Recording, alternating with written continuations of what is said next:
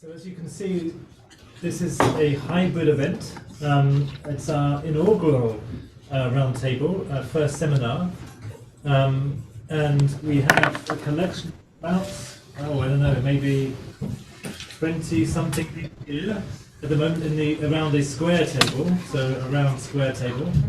And we've got about, what do we have? 20, 30 people or so online.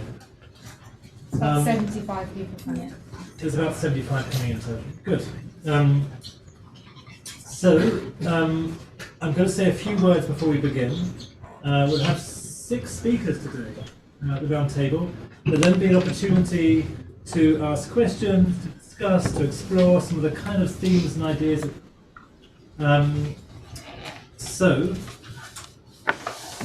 Firstly, friends, colleagues, I'm really profoundly honoured to serve as the chair for today's roundtable discussion alongside my colleague Jenny Danup, sitting right here. So our inaugural roundtable is responding to the theme, the arts and the post-human. This gathering, initial gathering, serves as an intellectual place where we explore the intricate nexus between posthumanism, arts, music, and broader realms of creative expressions. However, this is important, I hope that our endeavour today will extend beyond mere dialogue to unearth how the arts, philosophies and creative expression can establish transformative connections between human beings and their situated environments. I want to start with this quote, which is by Donna Haraway. It matters what matters we use to think matters with. It matters what stories we tell to tell other stories with. It matters what knots knot knots. What thoughts think thoughts. What ties tie ties. It matters what stories make worlds. What worlds make stories. So we live in a tumultuous epoch characterized by a myriad of challenges. Environmental degradation, social inequalities, and general existential crisis. So navigating this complex terrain, we now are given this opportunity to explore some important questions. I mean, how can sort of posthumanism, new materialism, post-structuralism, these kinds of emerging philosophies and ideologies, how can these inform art therapies, artistic endeavours, and how can they serve as catalysts for a future that's both sustainable and inclusive? So first of all, heartfelt gratitude goes to Brunel University for their commitment to this kind of work, and it's an ongoing project for Brunel, really bringing the arts and sciences together in meaningful ways. They've also funded this, so they've funded a series of 8 different seminars over the course of a year. Again, very grateful for this. Equally indebted to CNWL and ICAPT and the organisers, including Jenny Danup, who's been very much behind the scenes organising things, and Senna, who's been here obviously newly acquainted, but has already been very involved in getting it together. Maria, who's also here, has been organising things. And of course the presenters we have today. So Brunel, as you know, and CNWL are in partnership. It's an academic research practice partnership to support arts therapies and arts-based practices. This is part of a newly established research group, which is Arts, Health and Social Change. So this is all just happening. This is kind of hot off the press, very immediate, very now, and we're hoping this is the beginning of an extensive journey together. So our panel for today's discussion comprises distinguished experts in this field. They bring a wealth of knowledge and diversity of perspectives. So we've got Elizabeth Ioannidis, who's explored her work with museums and how cultural paradigms and the arts can contribute to sustainable practices and social inclusion. Alice Miles, so she might illuminate the instrumental role of participatory performance in fostering community bonds and public engagement. Professor Efrat Huss often advocates for arts-based participatory research as a transformative social tool. Dr. Irini Kaptani, insights into participatory performances role in community building. Dr. Maz Crow is likely to challenge some of the conventional thinking by exploring effective experimentation as a hopeful strategy amidst environmental crises. Finally, Marianne Lopez Fernandez Chow may argue from a Spinozist and phenomenological point how the arts can facilitate human reconciliation with life, thereby fostering sustainability and inclusivity. So give you some gesture of the kinds of things we're going to be exploring and really looking into the future a little bit about how we can have impact. So a quest for an inclusive, sustainable and harmonious future, which is principally what this group is set up for, is a collective endeavour that demands both intellectual rigour and creative ingenuity.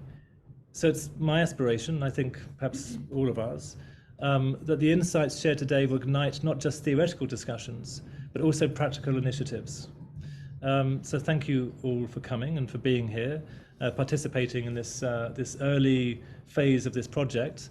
And let us proceed with open hearts and inquisitive minds, eager to unlock the transformative potential of arts and posthumanism in the crafting of our shared futures.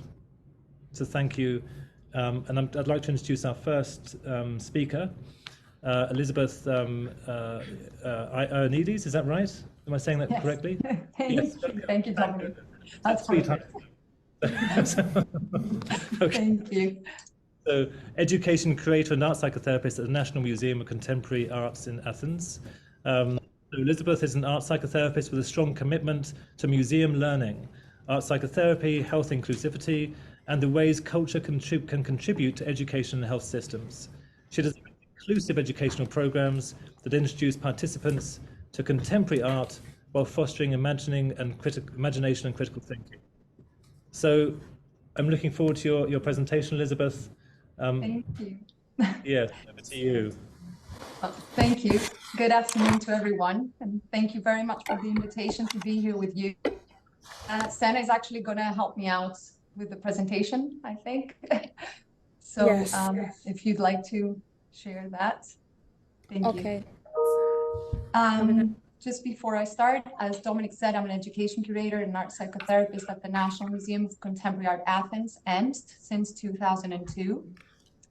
And I'm going to talk to you about my perspective from the programs we've been realizing at the museum regarding the transformative power of art when dealing with crisis. So over the past 20 years, there has been a major increase in research into the effects of the arts on health and well-being, developments in practice and policy activities in different countries.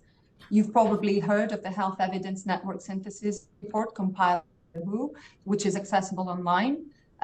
Took into account more than 3,000 studies showcasing the beneficial impact of the arts.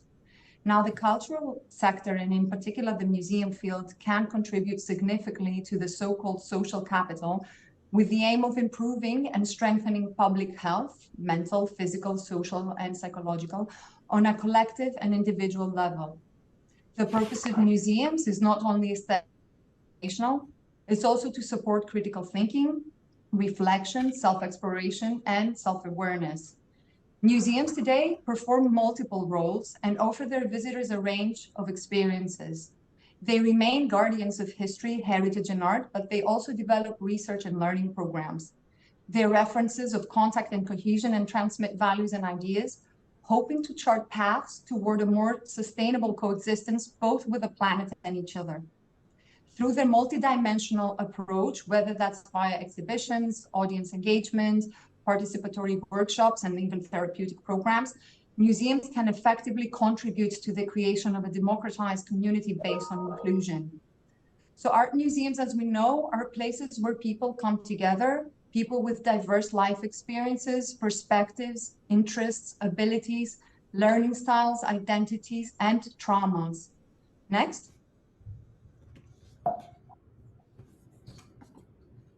Contemporary art, in particular, reflects the ideologies, beliefs, and perceptions of modern day life. It provides opportunities to reflect on society, take a critical stance, and examine relevant issues. Although it sometimes seems incomprehensible and inaccessible, it can be thought-provoking, it can provide fruitful discussions, and it can become a vehicle for self-exploration because it is the art of our time. It's stimulated by the life around us. It's what Toison calls, it turns us into witnesses of our own cultural, historical present. Next. Over the first years of EMS operation, there was an interest from groups of day and rehabilitation centers in visiting its exhibitions and attending its learning programs. This urges to develop and plan broader, multi-part and participatory programs for socially excluded individuals and those with mental or physical disabilities or other health issues such as chronic pain, dementia, etc.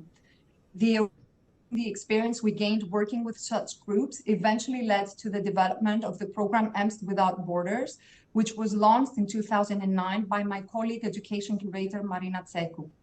Next. The aims were to actively include within the museum's activities what we call non-traditional audiences and to cover needs, abilities, interests, and desires. Through this program, collaborations were built with non-profit organizations and other educational, social, or health associations. These included rehabilitation centers against drug abuse, migrant refugee groups, second chance schools in prisons, the Hellenic Red Cross, the Alzheimer's centers, the list goes on. The projects that are delivered within EMS Without Borders now include guided tours, learning programs, meeting with artists, hands-on workshops, lectures, exhibitions, and everything is offered free of charge. A challenge for us has been also a location in proximity to the center of Athens, where poverty, drug abuse, and trafficking are serious social issues. It has been of great importance for the museum to create initiatives and take an active position to engage with such social phenomena as these increased after the economic crisis of 2008. We believe that besides the help that the health and the social care sector provides, adequately designed museum programs can make a positive contribution to the everyday life of former drug addicts and marginalized individuals. This can be of significant complementary and alternative assistance to their therapy and social reintegration. There are two principles we consider when working collaboratively for such programs. The first one is to listen carefully to participants' voices, their personal stories, and whatever they may wish to communicate and share with others, and to make their voices heard by engaging them as truly active partners of the activities and not just as participants who follow passively the program we've designed for them. As a participatory museums gives opportunities to marginalized and non-privileged minorities and individuals to create, decide, communicate, feel, and connect with the rest of the society. People who have suffered violence and abuse in their lives and those who experience social deprivation or exclusion have a strong need to feel, think, communicate, and be creative. Art-based activities can contribute to making their everyday life purposeful. So making their voices heard is not only a relief for them, but it's also a great benefit for society as it contributes to the change of attitudes, to social justice, and ultimately to a more peaceful and meaningful coexistence. Next. In 2016, despite EMS not being in full operation, a decision was made to inaugurate a group art psychotherapy program, which corresponds to the ethos of the museum. And this program was designed and has been implemented since 2017 by myself and Aphrodite Padagoutsu, who's a psychiatric occupational therapist and art psychotherapist in the first psychiatric clinic of the University Hospital. When it began, Greece was facing an economic recession that led to limited opportunities for creativity and a shrunken capability for maintaining this creativity.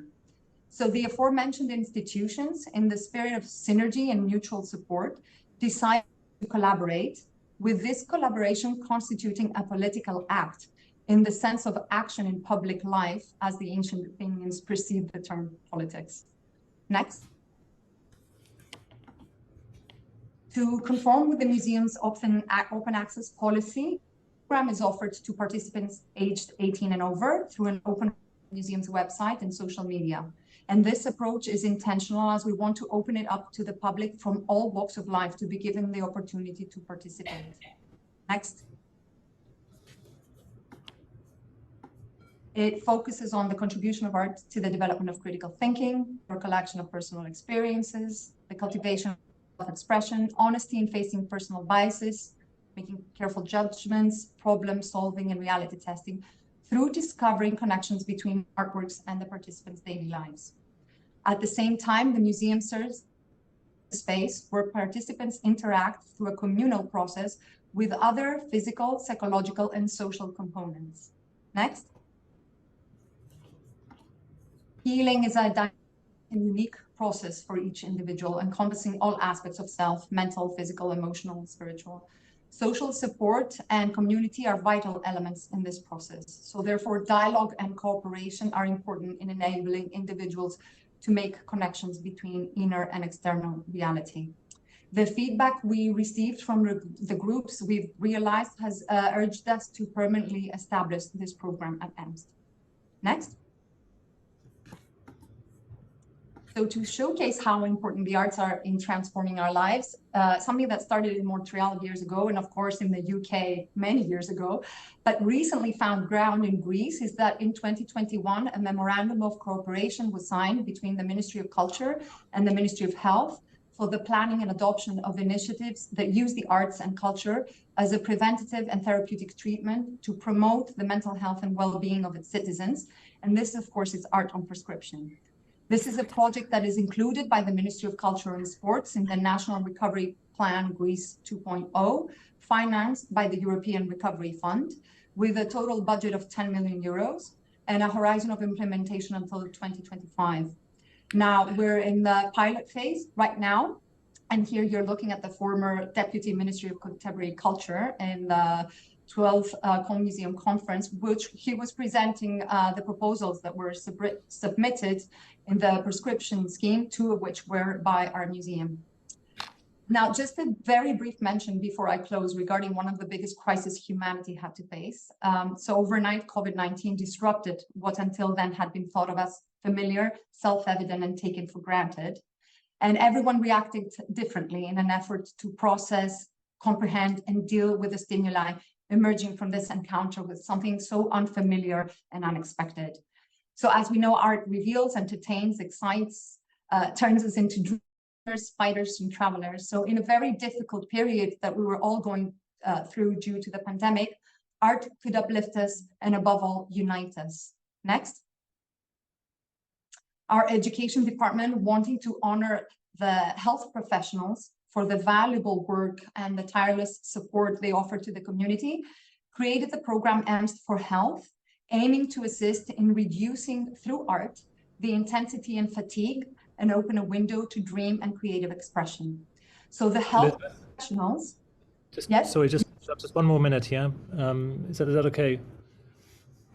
So just one more minute? Yes, I'm finishing. Yes. Okay, thank you. I just want to show a very short video.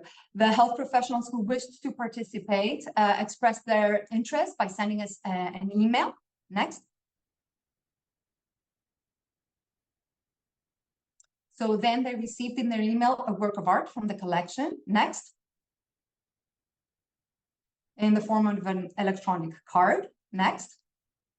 We sent 25 artworks from the collection, some of which you see here. Next. And next.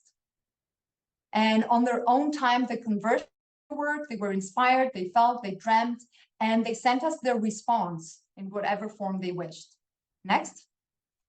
They wrote their thoughts and feelings in a text, a story, a poem, a phrase. They created their own paintings, constructions, photographs, videos, whatever they wanted. Next. By sending their response, each participant stated whether they wished to receive another card, thus continue the creative conversation with contemporary art. Next. The program lasted from December 2020 until February 2021. And at the end of the program, an online presentation was created on the EMST website, presented, named or anonymously the creations of the participants. We even had participants from the NHS in the UK sending us their artworks. Next. A small video, it's just a few seconds long if you want to.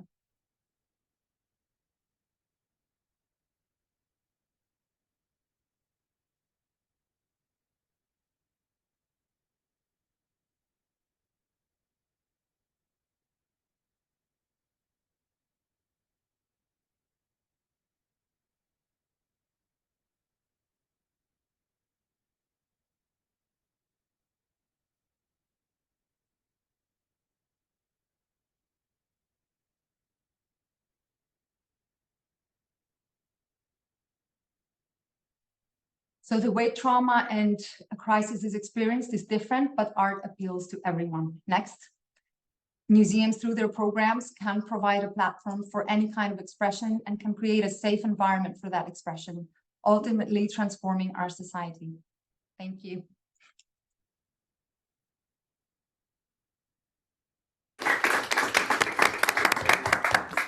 Thank you very much, Elizabeth.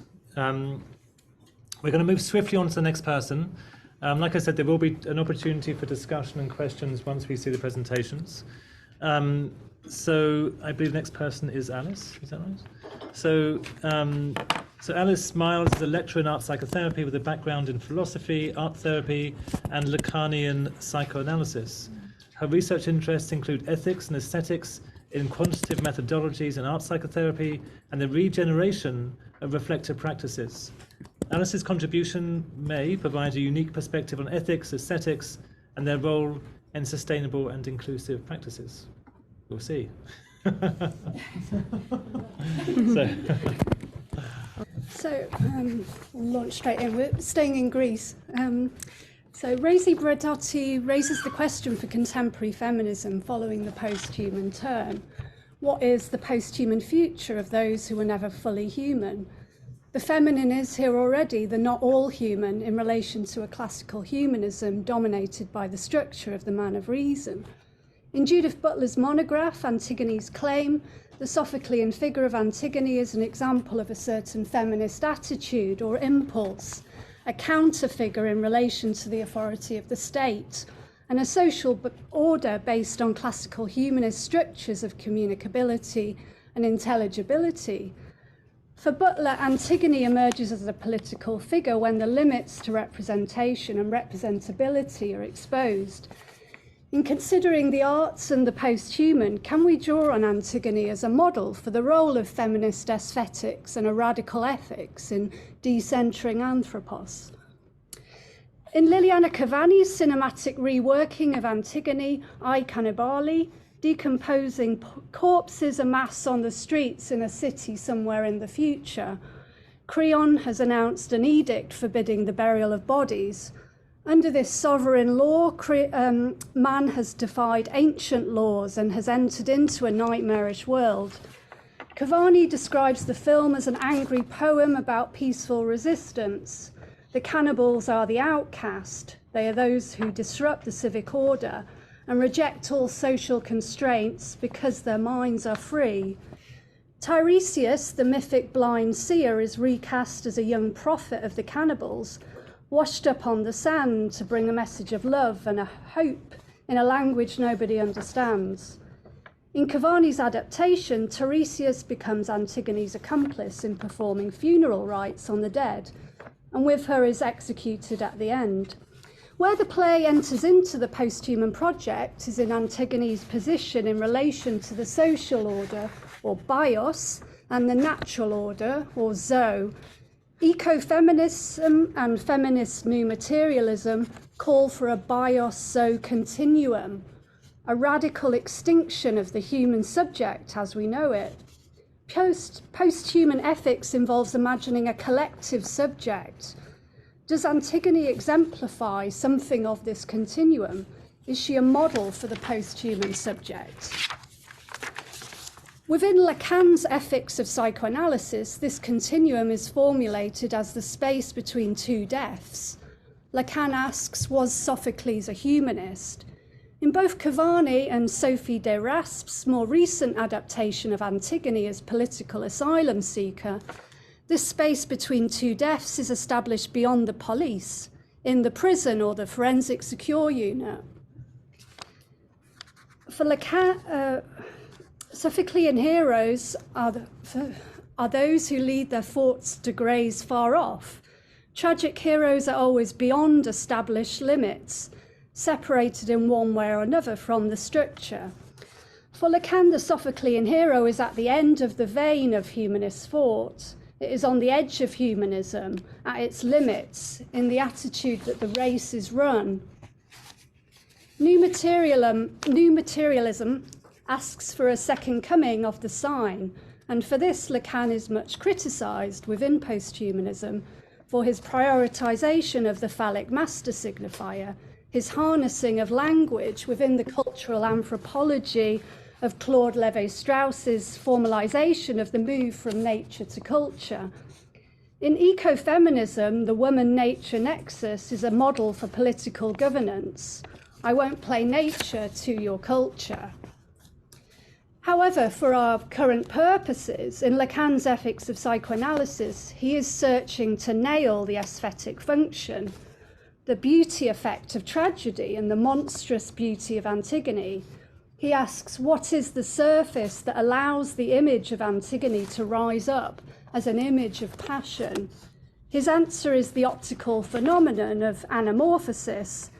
Infinitesimal fragments of image are produced on each surface of a cylindrical mirror, and a beautiful image of the passion appears beyond the mirror, while something decomposed and disgusting spreads out around it. Tragedy is what spreads itself out in front so that the image may be produced. Analysis is an inverse procedure. We study how the image had to be constructed to produce the desired effect. For both Lacan and Butler, aesthetic phenomena disport themselves around the play of pain, freedom, and beauty. In this play, Antigone is linked to Zaka-Masoch and Sade. Torture establishes indestructibility for Antigone and for Sade. For Braidotti, a radical feminist imagination can be a source of inspiration for new scenarios of endurance and reconstruction. In the Sadean scenario, the subject separates out a double of himself, who is made inaccessible to destruction. The object is no more than the power to support a form of suffering, and this becomes a form of persistence. This persistence appears linked with what Lacan in Spinozaist fashion called pure being. The second F is identified with being itself. Pain is at the limit to representability and intelligibility. It is a condition of endurance, constitutive of the image. In Cavani's adaptation, Antigone emerges from torture speaking an unintelligible language, that of Tiresias, marking the return to an ineffaceable ontology of pure being. How Britt Eklund plays Antigone beautifully. Antigone loves the dead. Britt Eklund's hair speaks to a kind of fourth wave feminism, distractingly intact through all her bloody work. But Antigone loves the dead. Britt Eklund's hair and numerous other interpretations of the play contain blindnesses or make us forget. Daughter of Oedipus, the conditions of Antigone's existence are already founded on an incestuous act, which makes the brother she goes to such lengths to perform funeral rites on also her father. Antigone's promiscuous obedience borders on unintelligible. Was Antigone a queer hero? Antigone emblematizes a heterosexual fatality. Butler likens the horror of incest, the moral revulsion it compels, to be not too far afield from the horror and revulsion felt towards lesbian and gay sex, or the moral condemnations of voluntary single parenting, gay parenting, or parenting arrangements where more than two adults are involved. The various modes in which the Oedipal mandate failed to produce normative family all risk the metonymy of that moralized sexual horror associated with incest. When the incest taboo works in this sense to foreclose a love that is not incestuous, what is produced is the shadowy realm of love, a love that persists in spite its foreclosure in an ontologically suspended mode. For those relations that are denied legitimacy or that demand new terms of legitimation are neither dead nor alive, figuring the non-human at the border of the human love. Who is Antigone in such a scene?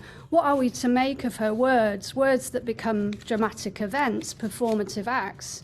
She is not of the human, but speaks in its language. In finding ethical orientations, requires a suturing of moral frameworks founded on the assumption of the good. In both Lacanian ethics and post-human feminism, Morality is about rules and protocols of behaviour based on established norms. Ethics, rather, is about power and forces, or the fates.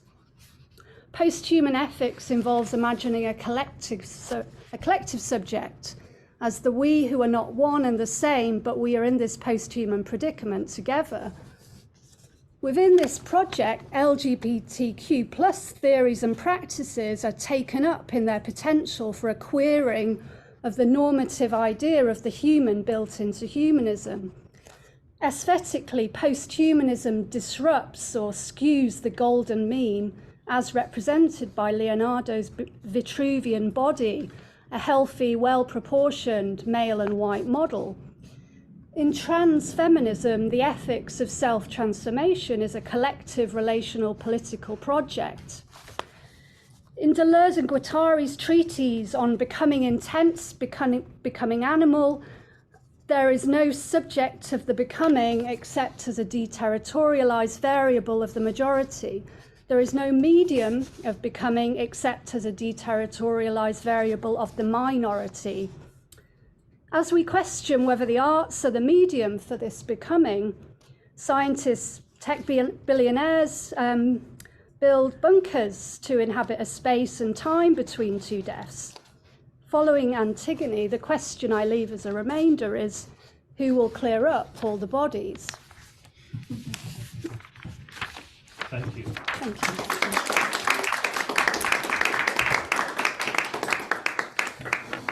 So our next virtual panelist is Efrat Hus, Professor of Social Work at Ben-Gurion University. Professor Efrat Hus chairs an MA in Art Therapy for social workers and has published extensively on art therapy and arts-based research within social contexts, including our recently published work, Social Art Therapy, Theory of. So I'll drop that in there. She advocates for arts-based participatory research as a means to transform society, which could offer valuable perspectives on fostering inclusivity and sustainability. Thank you, Efrat, for joining us this evening. I know it's been quite a journey, let's say. So I'm starting, and I want to say that for me, I'm bringing, I'm kind of fascinated by theories. I always have been, and it's a very strange fascination. And I'm bringing, I want to say that the arts mechanisms for me have an inherent synchronicity with social change. In other words, arts are naturally a language for social change. And interestingly, in art therapy, we've not gone along this path. We've gone along more psychotherapeutic paths, along more decontextualized kind of paths. But as far as I understand, there are many inherent mechanisms in art that are social by definition. And I think it's very important we put on this theoretical lens. We switch a theoretical lens so as to start to deeply incorporate social theories into art therapy practice. So first of all, what do I mean? So art, we all know, all art therapists know that art enables to excavate phenomenological experience through the tension between content and composition. In other words, by putting something on a page and deciding how to put it, I'm already bringing my own phenomenology of a certain situation. But if we put a social lens on this mechanism, then we can say that art also gives a space for people to look, to self-define what they see, rather than to be looked at. So art therapy can become a space of empowerment. Art, also, like social theories, is built from the inherent aesthetic tension between figure and background, stage actor, space dancer. In other words, the aesthetic tension between a subject and its background and the way they construct each other is a social way of looking at the world. It's a way of saying that I'm created from the outside in and also from the inside out. So already we have that inherently within. And now I'll give you a few examples. For example, if we look at Goya's picture, then we can see here's a phenomenological depiction of his experience, but the background also brings the social context into it. So the social context constructs the personal experience, and the personal experience is related to the social context. This is not a way we think in art therapy. We tend to think more kind of as a subjective or psychological space. And I'm suggesting art shows person in context. If we look here, one of my students drew a girl who's working in prostitution, and the context that she understood was the social world that will use young women. We can think of art, another social mechanism of art, is that it enables a complex identity. Here, a Bedouin woman is saying the religious woman is pulling me in one direction and the secular in another, and I'm in the middle. In other words, I have this side and this side. And because art is spatial, it can hold complex identities, multiple elements of identity in one image. And that's a social way of thinking about identity. In addition to, till now, I've shown how arts have inherently a social, a contextualized way of, a broad way of looking at the world. But art is also a way to find new solutions to social problems, because art enables us to look in a new way at some kind of issue. In other words, we gain new perspectives. Arts is a place where we shift from homeostasis to change through shifting compositional elements of symbols. Often a symbol kind of reflects some kind of homeostatic social order. And by shifting elements of a symbol, we're able to shift elements of the social order as well. I'll show you in a minute. Art for non-artists can also, art can mediate conflicted communication rather than engaging in direct, violent, or calcified communication. In other words, we're shifting the parameters of communication, and art for non-artists can neutralize power levels by shifting to a third unfamiliar language. So we kind of equalize power. And art also enables small zones of symbolic but also embodied freedom where you decide what to put there. So I'll give you an example. We can imagine, in art, we can imagine stepping out of a closed system. We can already create that element. We can, if we take an organizing metaphor for a system, then we can hear the woman says, like, you know, at the beginning, her son died and she felt like a cut off branch, and then gradually leaves started to grow from the cut off branch. In other words, the organizing metaphor of the family gradually changes and it gains new dimensions. So art and symbols are a space where we can transition socially, and a space where we can also find new perspectives and new solutions. For example, if you have a blue fish and a red fish that are fighting, maybe you could add yellow. Art is also a way of defining socially contextualized problems.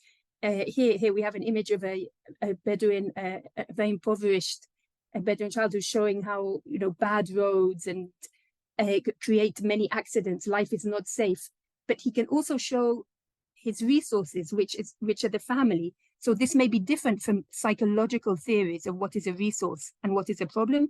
These are very physical, external problems and resources, self-defined. And of course, art in shared reality groups becomes a way to build social knowledge, solidarity, resources, to create a coherent narrative. This is work with a group of refugees where each one created one element of the refugee journey. But when it was all put together as a puzzle, then the power of the group becomes stronger than the power of the individual, and we have multiple narratives and stories within it. I want to just point out that art itself is a culturally constructed language. In other words, we're all assuming here that art is kind of Western middle class fine art, but art itself is a cultural construct, and it can have many different therapies and many different meanings, including, of course, crafts, including all kinds of different aesthetics that maybe we're not like taught enough in art therapy. And kind of what I would say is that while visual anthropology, sociology, education, community work all embraced the directions that I just tried to point out, then it feels sometimes that in art therapy, we were very busy following trends in psychology, from Freud to Rogers to CBT to neurology, meditation. We haven't yet engaged deeply, theoretically, in social paradigms of art that go beyond the general humanistic theory that Dominique stated is not enough sometimes to manage this very, very complex social world we're entering. And I said, but I do think that now, through the corona crisis and the other crises we're having, we've gradually come to understand as a profession that we need to layer additional theories on top of our psychological theories, and more deeply think about how arts becomes a social language within the context of art therapy. So that's it. I'm so good. I stayed in my time, right? I'm such a good girl. So that's what I wanted to share with you. Thank you so much, Efrat. And you're joining us from Israel this evening. Yes. And I may have to leave, but I'll try very much to stay. Yes. So we're going to move swiftly on, but thank you so much. Oh, Irini. Hello. Yeah, hello. I'm next to you. Yes. So I'll say a little bit about you, Irini. Yeah. I'll say. Is that okay? I can say, right? Is that okay? Yes. Yeah. Okay. So Irini Kaptani, drama therapist at CWL, so one part of the NHS family here. By the way, we're in the NHS boardroom right now. For those that weren't aware, so there's already some kinds of social, economic, kind of interesting links just in being situated here today. So thank you, CNWL, and again, Irini is here from CNWL. So anthropologist, drama therapist, expertise in participatory performance as a social research method, employs narrative and movement-based methods, inspired by physical and forum theatre. Her contribution may offer insights into the role of participatory performance in community building and public impact. Thank you. Thank you. Yes.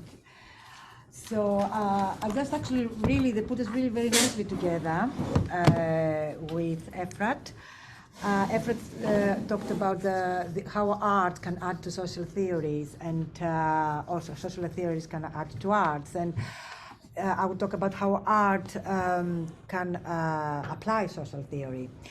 So my desire behind my practice as a drama therapist and participatory theatre artist is to facilitate a reparative and transformative encounter working with Black and migrant women, primarily integrating their corporality, bodies, as subject of knowledge and agency. Black and migrant women are being connected primarily with their bodies, which inscribe them as non-able to produce knowledge. Colonial and heteropatriarchal binaries of mind and body, rationality and emotion produce this exclusion.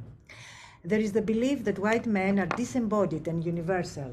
So men hold the rational mind, white men, rational minds, and produce universal thought. While Black and migrant women are non-universal, emotional and corporal.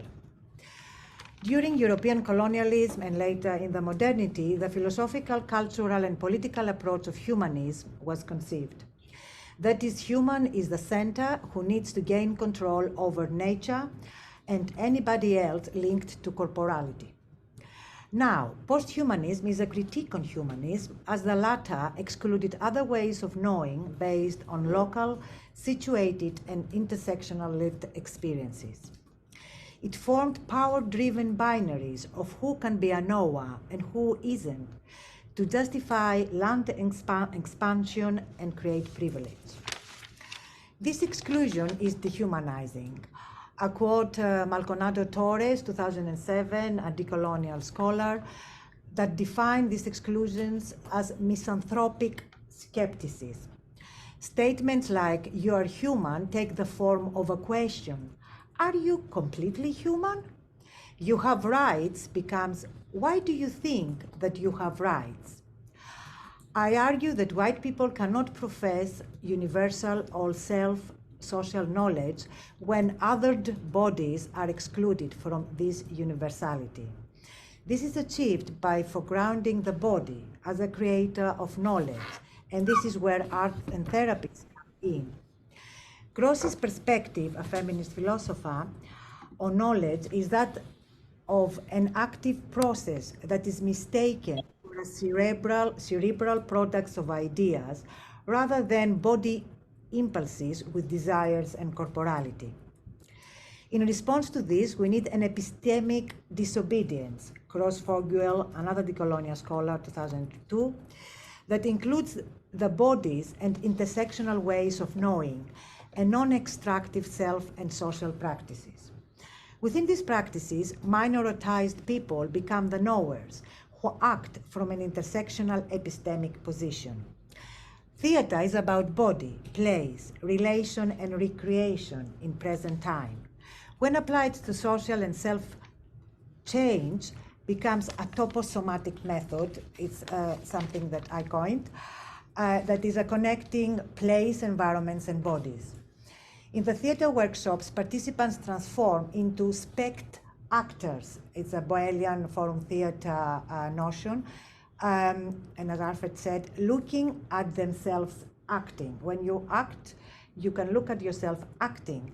So becoming aware of how, in particular working with female and migrant women, how their female, racialized and migrant bodies inhabit public and private environments, and what inscriptions are attached onto them, impacting their self-definitions.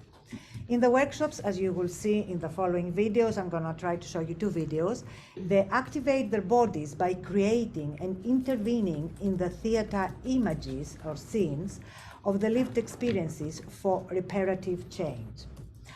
So my work seeks to explore how epistemology, that is, that the what and how we know about ourselves, others, and the world, becomes part of a post-humanist situated ontology, the facilitation of social assemblages to bring forth embodied creative ways of knowing for reparation and becoming with others and environments. For this to take place, the body is pivotal, is a materiality that has been invisible in making self and social knowledge. Methods which foreground the subjugated corporalities, as I said, Black migrant or other bodies, not as heroic or damaged people, but as knowing bodies, using relationality, affect, imagination, reparation, and transformation can contribute to this. And this is where art comes in. So I would like to show you 2 videos. It's not at the beginning. You can put it. So this is, I was invited by an arts therapist, 2019, for 16 days of gender violence. Activism, yeah. And activism, thank Yeah. you, Zena. To work with a group of women who experienced gender violence using the body, performance, and spoken word. And this is how they experience the process. And this is like 3 minutes, so we have time to see the other one. Okay. Thank you.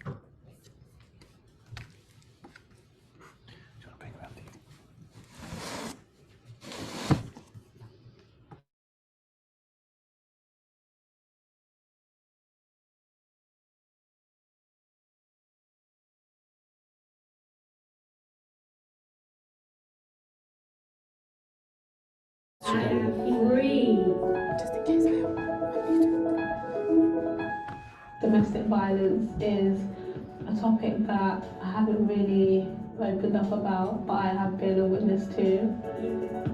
I think I wanted a release of things that were pent up within me.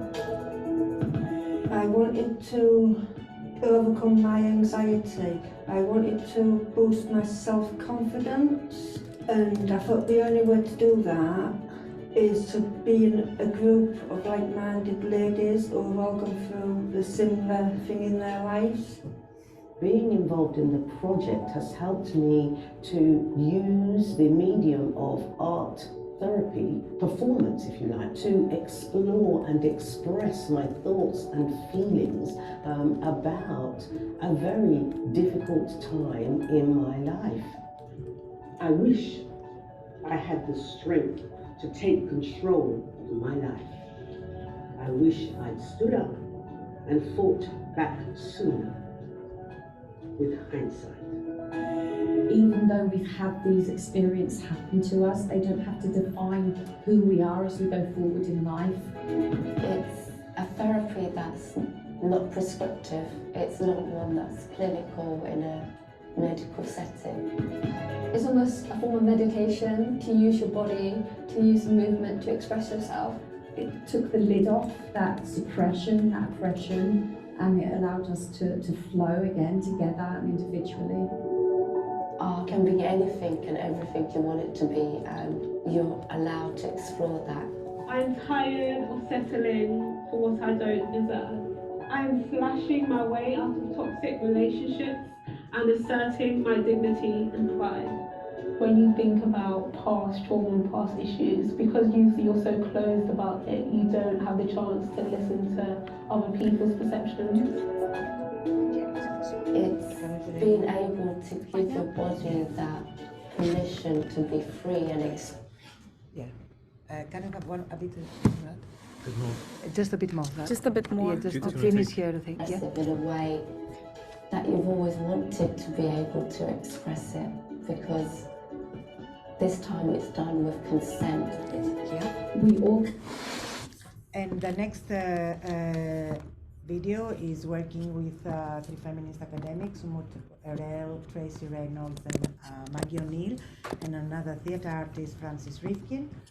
And we're working with community activists using forum theatre for social change.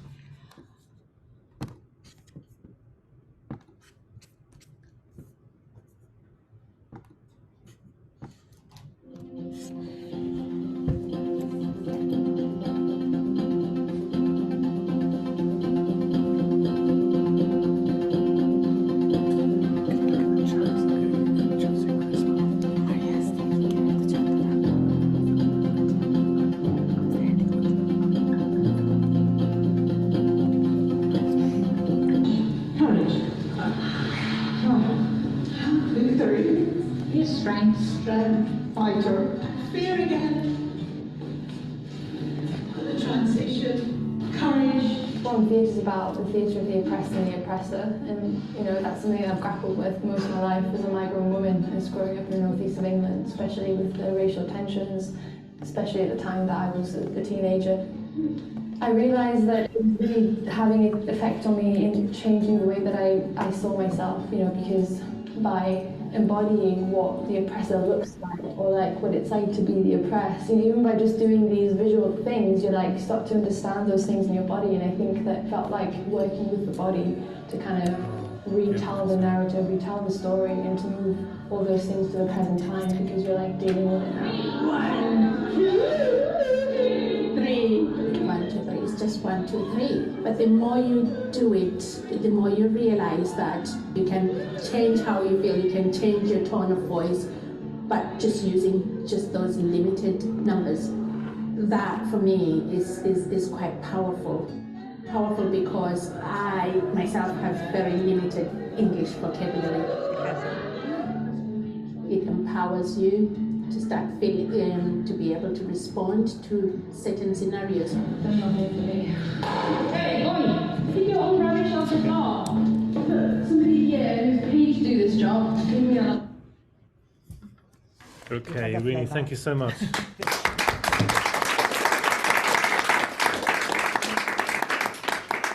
Very powerful. We're going to move on to Maz, right? So Maz Krogh is an associate professor at Aarhus University in Denmark. He has an expertise in popular music culture and its intersection with issues of gender, mediation, practice. He really looks into the impact of online music services like Spotify and their role in coping with crises. He advocates for an open sense of effective experimentation as a strategy of hope in the face of environmental crises, challenging the idea of music as a rationalized coping mechanism. Okay, thank you very much, Dominic. That pretty much sums up what I'll try to do in this short presentation. I'll be looking at the role of music in the context of streaming services, which is, of course, a dominant context for everyday music consumption. I'll offer a few critical remarks before suggesting a particular post-humanist perspective. Consumer-oriented music streaming such as Spotify, Apple, or Amazon Music are generally keen to aid the listeners cope with issues of personal well-being or indeed a sense of In the case of Spotify, particularly, activity and mood-based listening has been a strategic area of development over the last decade, and a wide range of playlists are offered in categories such as wellness, meditation, anxiety and stress relief, happiness, also a prominent category, but also, for example, nature, and even climate action is a featured category. Simultaneously, company policies issued, for example, in collaboration with UNICEF, support mental health, diversity, equity, inclusion, and civic and community engagement, and again, climate action. Both policies and playlist descriptions confirm the impression of music as a remedy of self-regulation to calm anxiety, relieve stress, and offer hope. There's an emphatic assertion of the effective potentials of music, leveraging insights from music psychology, sociology, and cognitive science. Particularly, however, as noted by Swedish media scholar Marie Eriksson and colleagues, this draws from positive psychology promoting happy feelings or a way through sadness, just as listeners are identified as self-fashioning and to some extent self-responsible in their realization of Spotify's offerings. Eriksson and colleagues referred to the latter implication as a taken for granted entrepreneurial ethos, and by extension, a prevailing neoliberal ideal. And I think these tendencies are perhaps especially obvious in the case of nature playlists, which are certainly aimed at creating joy effects, while any hint of ecological catastrophe is relegated to the category of climate action, which in itself, you might say, prompts a entrepreneurialism. Certainly, I do not wish to dispute the positive potentials of music or engaging other art forms, for example, for stress relief or an embodied sense of self, but as we promise of efficiency, achieving particular effects, what we know about everyday usage of streaming services complicates matters. Such practices of musical engagements are situated and highly variable. As, for example, Norwegian musicologist Anja Nyland Hagen notes, music streaming services invite multiple approaches to and uses of digital music. Platform features such as browsing or playlist formation can be variously engaged, provided categories, playlists, auto-generated recommendations, and so on may be supplemented, manipulated, misused. Playlists may be curated to act particular emotions or affects, for example, building on previous listener experience or patterns of listening behavior. In fact, on the side of both listeners and platforms, everyday musicking is marked by a great deal of experimentation, for example, as an aspect of users' emotional reflexivity, trying and testing what feels right in different situations, and as an aspect of platform development, A/B testing at least a handful of sorting algorithms, in the case of Spotify, against various strategic concerns. The effective interplay of music, user, and platform emphatically bridges distinction of what is human and non-human. More accurately, we the act of situated streaming-based listening as pertaining to an effective arrangement, described philosophy Jan Schlaby. Building on a Spinoza's Deleuzian notion of affect, he offers the following definition. So effective arrangements are material discursive formations as part of which affect is patterned, channeled, and modulated in recurrent and repeatable ways. One might speak of effective arrangements, affordances, as they present prepared occasions for getting effectively involved or immersed in specific ways. Still, effective arrangements are performatively open-ended in the sense that affordances never amount to causal determination.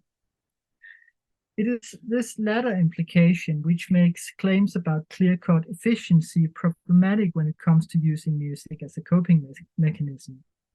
In the context of streaming and elsewhere, the way we arrange ourselves involves tweaks and tests of what music can mean and do, how it feels or engages us.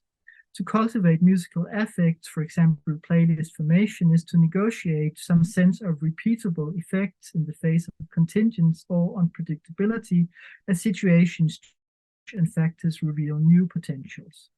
It is, in a sense, to imagine as much as predict outcomes of online musicking, to project teleologies, for example, as regards a sense of musical relief, but also more basically to engender a sense for something to transcend the current situation.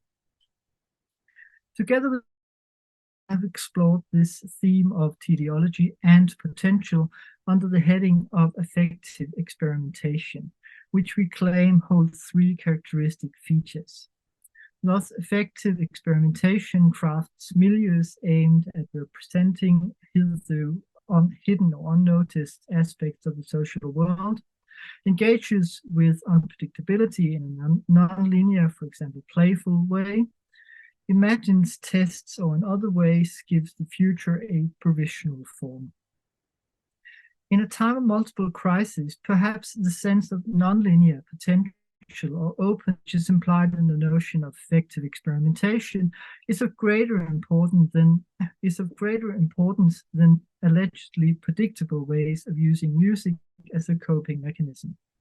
Even in rationalized context of online music platforms, perhaps seeking out and embracing the unruly sides or performative open-endedness of effective arrangements is a better way to raise hopes about potential well-being and perhaps a sense of potential in the face of multiple crises. If, as the philosopher Brian Asumi suggests, hope should not be thought of as merely a matter of life success, but as a realization in the present that there's always an opening to experiment, to try and see, which brings a sense of potential to the situation, then perhaps following the post-human lead into considering everyday streaming-based musicking as a situated arrangement for effective experimentation is a chance to remain hopeful. Thank you.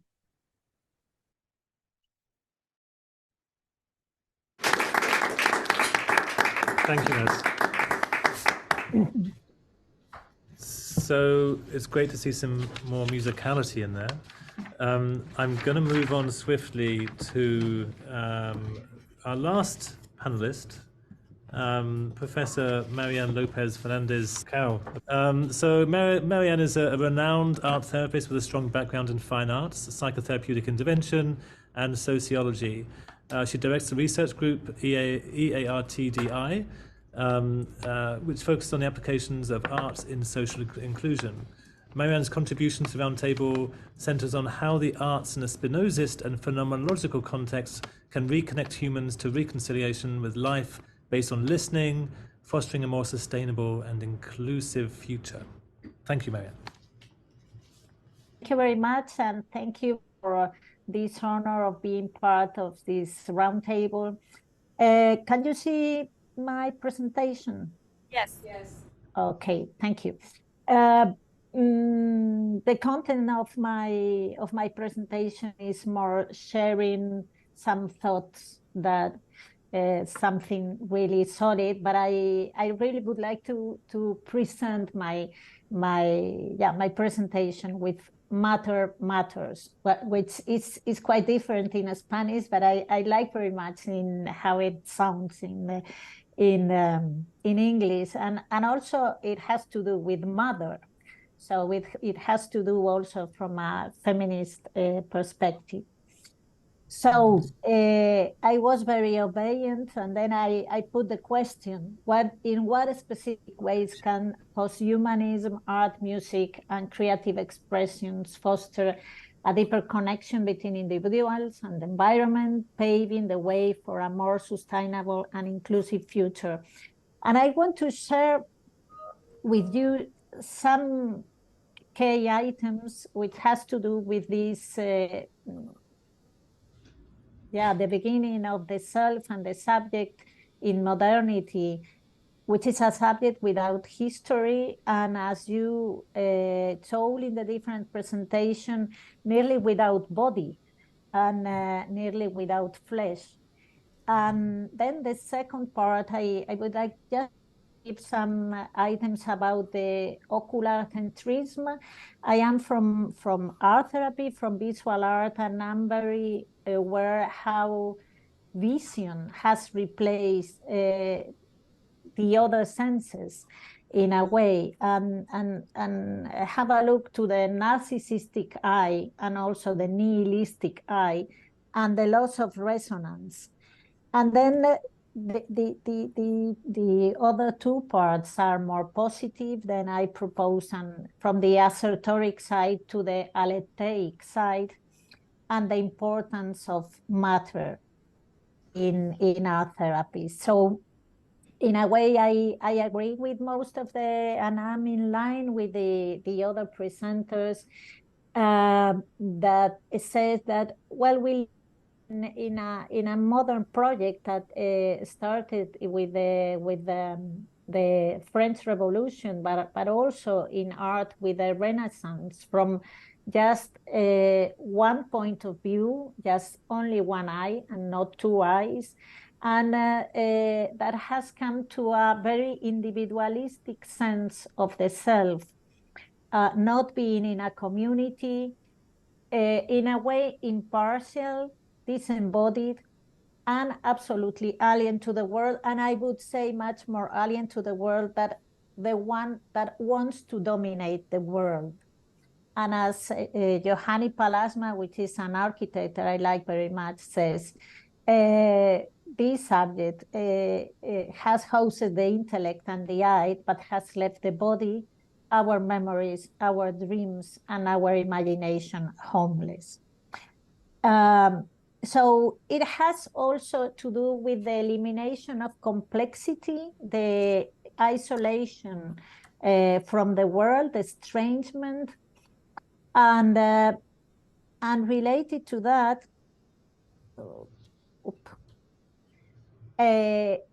we have the preeminence of vision that I said that it started in the Renaissance, and also with this man from Leonardo and from Durero, which was a man that could have the vision of the world, but it was in front of the world and not in the world. As we know from Foucault, is very strong and has to do with power, and it has a tendency to control, and has a kind of, we are in an ocular centrist metaphysic of presence, where we in internet, we are all the time with our Instagram, with our different devices, and it's a kind of a scenario where we are not in, we are just spectators. So we have this lack of complexity and the dichotomy. And I think we are very involved about the Ukrainian war and also the Israel-Hamas conflict. How many images we have seen those days about this, but how deep have we gone? So in a way, this ocular centrism has to do with a kind of a scenario, much more with reality.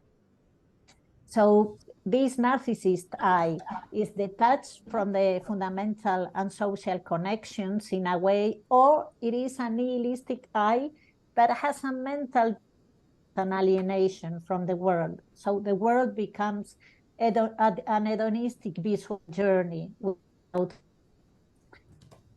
And then we have this loss of resonance because we have lost the other senses. So we are not in the world with other senses that has to do with touch, that has to do with listening, that has to do with smell, that has to do with our hands. And in a way, art has the duty to remythologize and recover our relationship with the world. So trying to think what can we do. I would like to go back to Aristotle causes that, as you know, Aristotle has 4 causes: the formal, the material, the final, and the efficient. And my hypothesis is that art and the system of art has just focused on the formal and the efficient. I mean, the composition and the shape and the artist. I mean, and in the art system, it's much more important, the artist, than every other thing, because it has to do with individuality and with the self. And I would like to propose a turn on not just in materiality. I would like to coin a new word that would be materity, because material has sometimes it has to do with tool, and I would like to have a of what is wood, what is stone, what is liquidity, what is solid or gas or melting or evaporating, and also the final cause that has to do with what is art for. And just finishing, I would like to propose to go from a kind of assertionist gaze, which is narrow, dogmatic, intolerant, as we are seeing, rigid, inflexible, to an aletheic gaze that has to do with the theory of truth. You know that aletheia is the truth that is hidden. So it has to do with the multiplicity, with the something which is much more contextual, democratic, inclusive, horizontal, and generous. And has to do with this idea of materity, which has to do with the pre-verbal meaning, which has to do not with the written words, but with the orality, with the storytelling, with the tactile, and with the enveloping of the world, and has to do with this tacit knowledge that our body knows and our hands know, and has to do with this imaginative thought. And just finishing, I like very much this image of Doris Salcedo, because it has to do a lot with what is happening in Israel, and I like to send greetings to Ephra from here. And Doris Salcedo, that made the crack in Tate Gallery, said, in a work of art, an event and eternity coincide in the intensity of its images. And I would like to go just opposite to anthropomorphism, materiomorphism. So talking about the matter that we are matter, we are blood, we are bones, we are grease, we are made by different materials, but also the world is made only by matters, but also by the properties of this matter that I said. What about melting, evaporating, to be waterproof? All about these qualities that we to recover in a way, and we are part of them. We are rigid, or we are everything solid. So art therapy in this way blurs the separation between the self, the others, and the world. Has to do with the outer and inner space, with past and present, with conscious and unconscious, with this situation of thinking, as Donna Haraway quote also, and has to do with delving back into oneself without losing the awareness of being part of the group as we are. And then art therapies arise from the awareness of the human condition in an unknowable world. We are nevertheless apart, and has to do with uncertainty, and has to do with the unpredictable, and has to do with the liquidity and the gas and the melting processes of our lives. And just to finish, art articulates what it's no longer and what is not yet, offering a space of possibility and new connections. Thank you.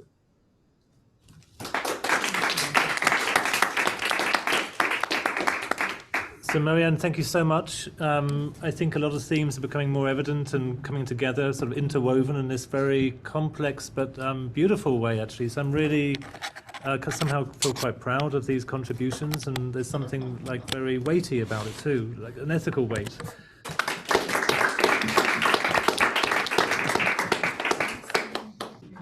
Welcome back. We are coming back to the table to explore some of the questions you might still have or that have been evoked for us through this quite complex, sometimes dense, very rich arts, therapies worlds, I should say, plural, and where they coincide, intersect, and how we can make sense of this together.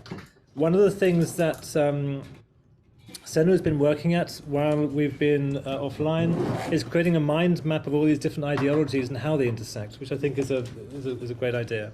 But so people online and in person, if we can share thoughts, reflections, questions, you can address the whole panel or individuals. But yeah, where are we right now? What do we have on our minds?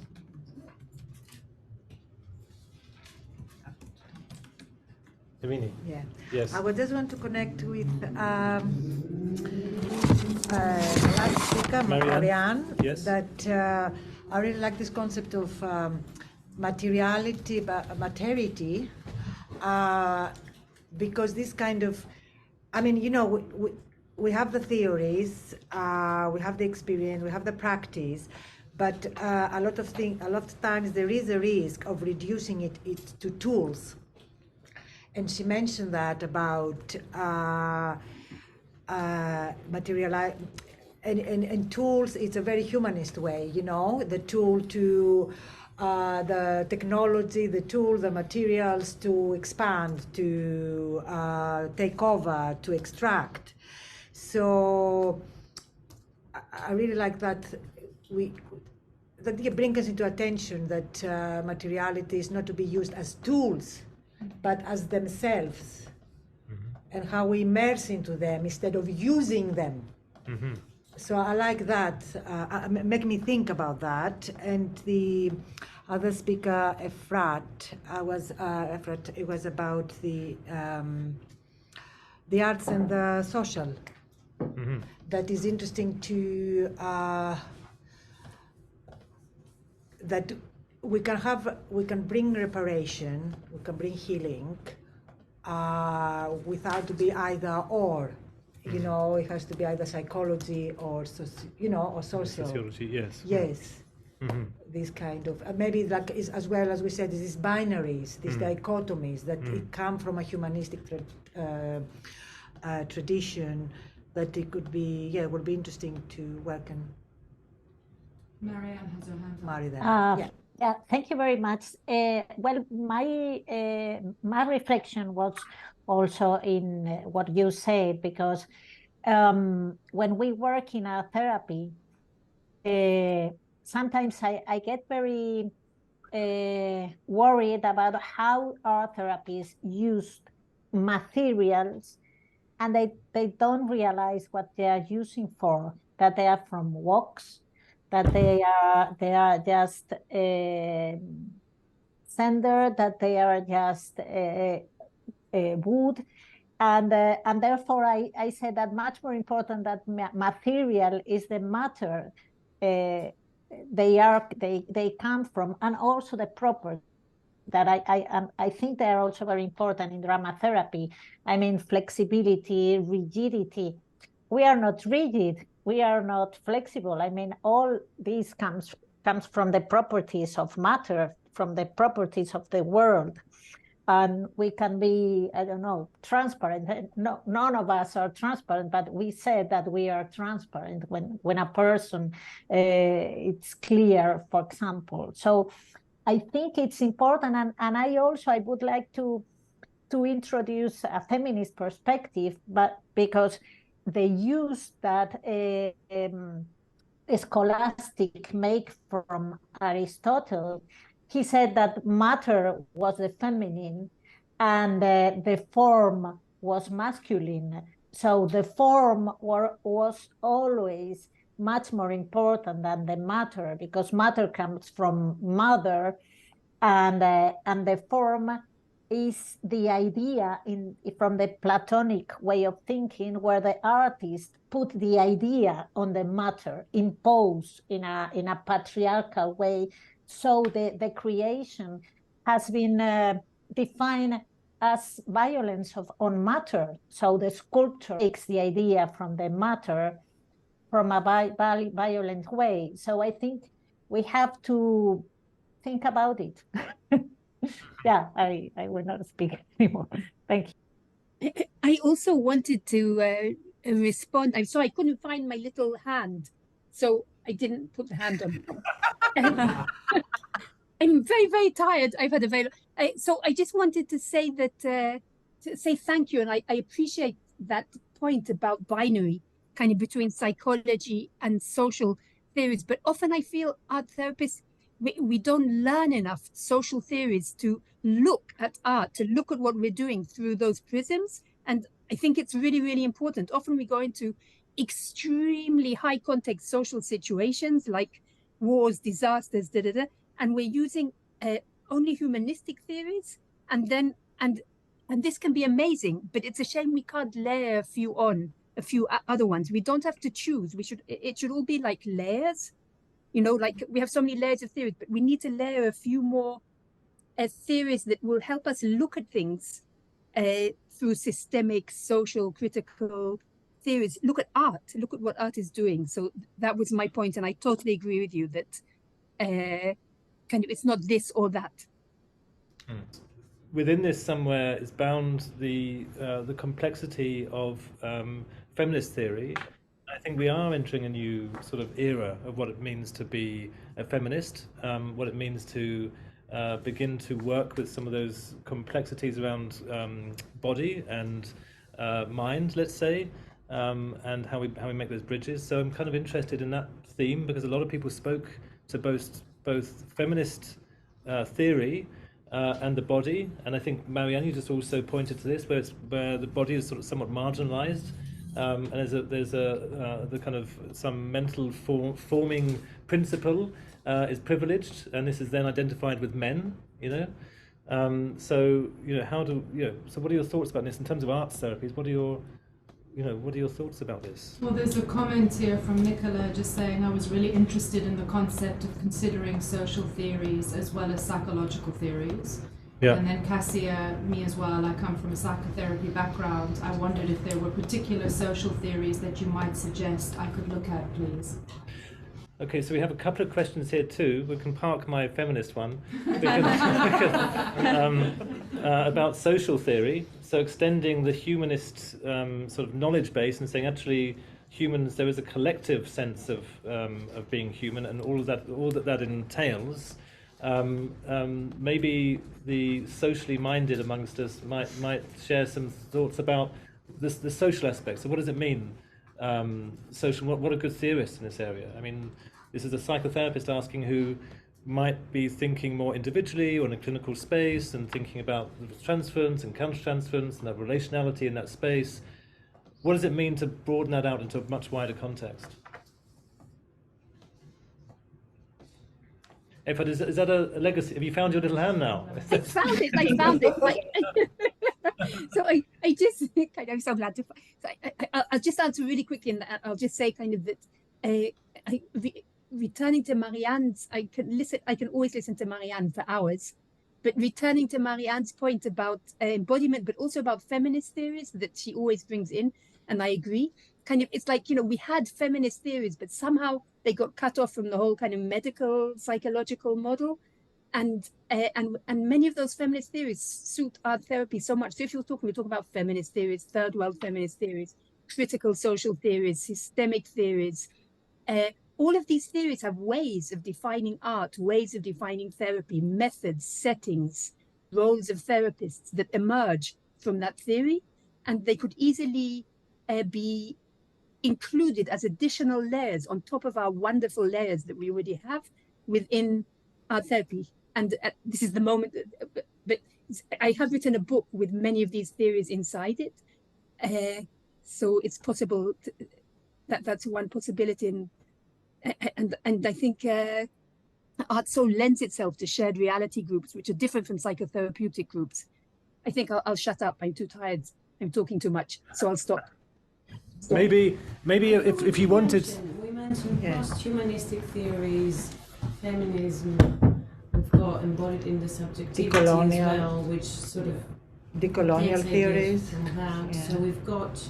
Shall I type that all? Yeah. So we're producing a catalogue of theories, or at least Maria is. So.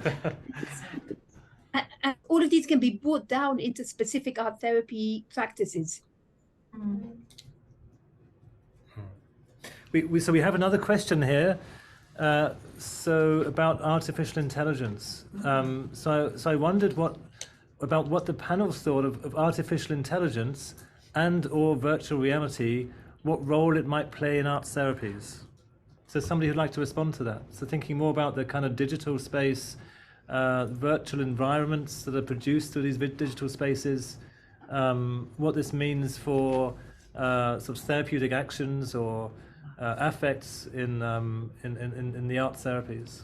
Yeah, so I guess an aspect of what I was reading about in preparation for this really was within like post-human feminism. I guess it partly sort of responds to what you were asking as well, Dominic. That I mean, I'm not an expert on feminism, I have to say, but sort of from reading, I guess there seems to be a sort of I don't know what something a diversification of what feminism means really, to include sort of minorities, I guess. And I mean, new materialism talks about the sort of the material and kind of the human and their continuum, right? But techne is a sort of continuation of that. And I guess I didn't sort of develop on the point about anamorphosis, but I guess I'm thinking about the potential for, the other subject, or, survival, maybe, sort of what that kind of space opens up. Avatars, I think East London, the sort of John Howard Centre was doing some research about kind of with forensic patients about imagining other lives, for example. So yeah, I think sort of virtual reality, AI is sort of, but it's, as I say, very much within this sort of whole sort of the whole theme of the arts and the post-human, really. So they're kind of on a sort of like equal plateau, and it's not about sort of being female, say, or sort of being born female. It's it's about marginalized voices more broadly. I have a small comment to say on this too. And then Mads has Mads has his hand up. Okay, so I'll take my very small thing. So I was speaking to an undergraduate in design recently, and he said, I said I was using DALL-E, which is like an image generation app. And he said, you are saying thank you, right, when you do this? And I was saying, well, I don't know, not really, to be fair. But he said, but you do realise this is going to become much more intelligent than humans at some point, right? So when you're thinking about post-humanism, there's something beyond human, and you're going to have to work with these kinds of beings, in a sense, that are more intelligent than humans, and you're training them to become what they're going to become. So if you're not using languages now, they're supporting this new way of becoming, it's going to be something very different that you might not like in the future. It's kind of interesting thinking about post-human and being decentered once again. What we're creating in these kinds of interactions with AI is a kind of interesting phenomenon right now. So, sorry, Mads. Well, thank you. I'm not an art therapist, so I'm not sure I'm really qualified to think about how AI may be used in therapy. But I suppose being interested in digital platforms and how on musical life, that has to do with, of course, AI and what that may mean to musicking, to the way that we use music as technology of self, of well, creating well-being effects, and of course it raises a lot of questions about the way that using music is distributed within an environment where these platforms and where AI plays a part, and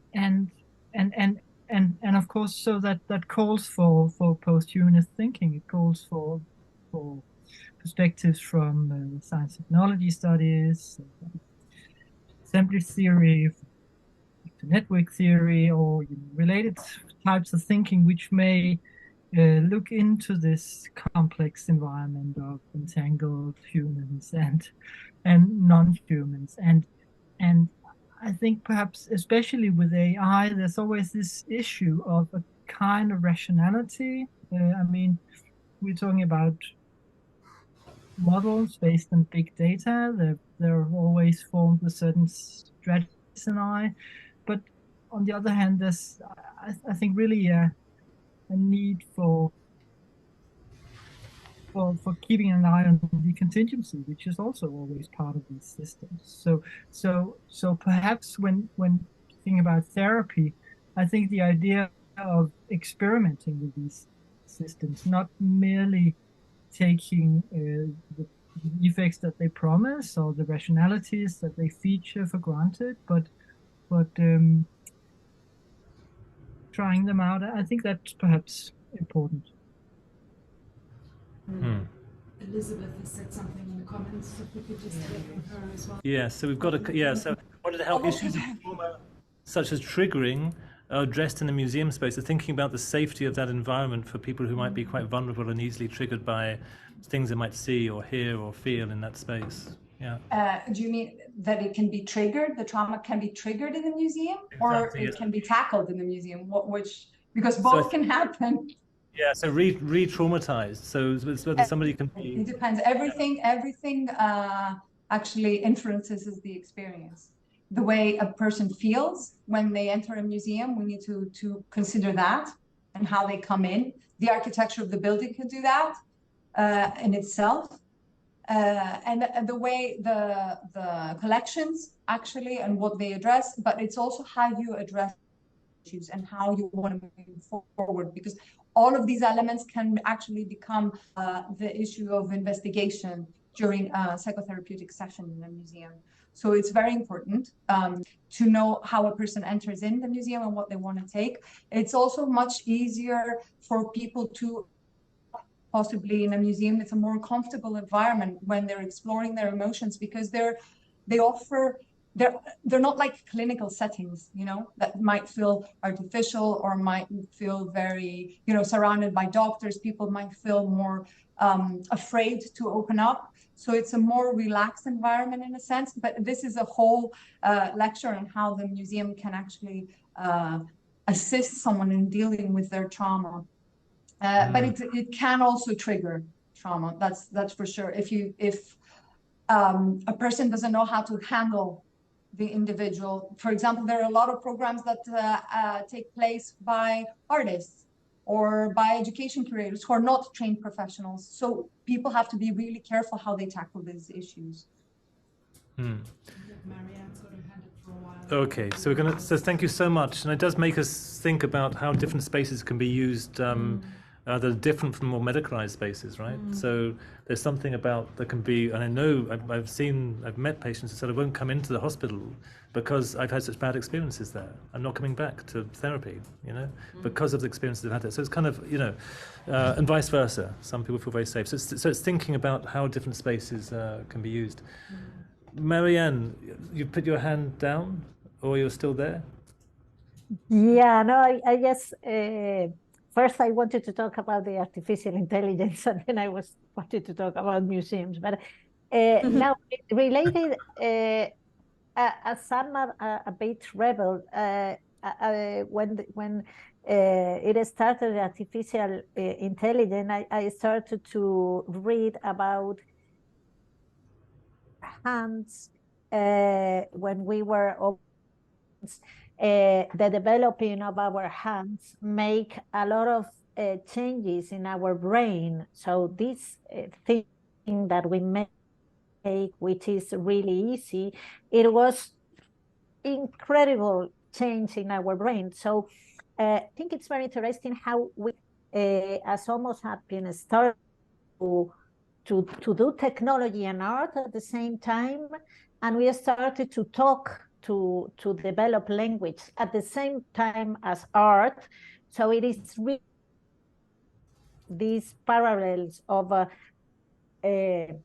making like a word, and we started to communicate ourselves at the same time that we make up with our hands, and it was an incredible development. And then we have the orality, which for thousands of years at the same time at that art, and we were in a community, and it was really interconnected in the community. And then when the right started, I don't know, 3,000 years ago, then it started to individuality. And after writing, when all the people write and read, and at the very beginning, the people read out loud, and then they read silent, it was another step for individuality. And now with the internet, it's another step forward, that we get much more in this individuality and out of the community. And with the intelligence, it's another step to individuality. So, well, we have to think about this, because it's a kind of post-humanism and also post-history that has to do with the self that virtually is linked with community, but it is all the time looking to him or herself in the computer or in the thing. So it is, well, it's dangerous. And I think that art is there to recover the and to recover the materiality and the matter, and we need it. So I think we have to be aware of that. Thank you, Marianne. So we're going to close there. Before we close, what I want to do is to share with you a mind map we've been producing with all the different ideas. What I'd like to do is share that with the presenters. And over the next week, if you want to add things to it or change things, you're more than welcome to. And we'll publish that then on the website along with the video. But are you ready to share it? Yeah, I'd like to share.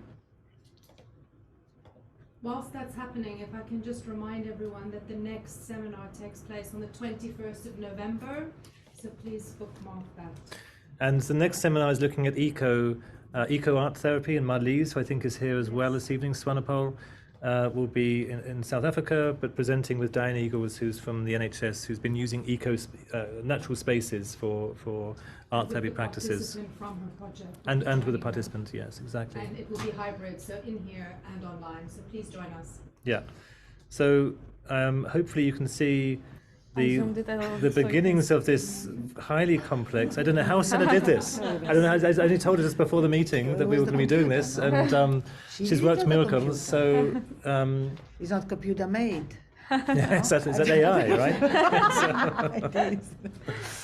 So you can see we're beginning to get this sprawling complexity of ideas and theories, actions that come from this subject of posthumanism and arts. So like I said, I'll share it with the panel members. Please do add your contributions, and then we'll publish it. It might even be interesting to send it more widely. I mean, yeah, why not send it to everybody who attended, right? I mean, that would be a good idea. Maybe send it to the presenters first, and then... Yeah, okay, so let's send it to presenters first, then we'll send it to everybody, and then you can also have your input into it. I mean, we'll aim to complete this in 2 weeks' time, I think. So, can I just once again thank the panelists so much for joining us on a late night with such intense ideas. So a big round of applause.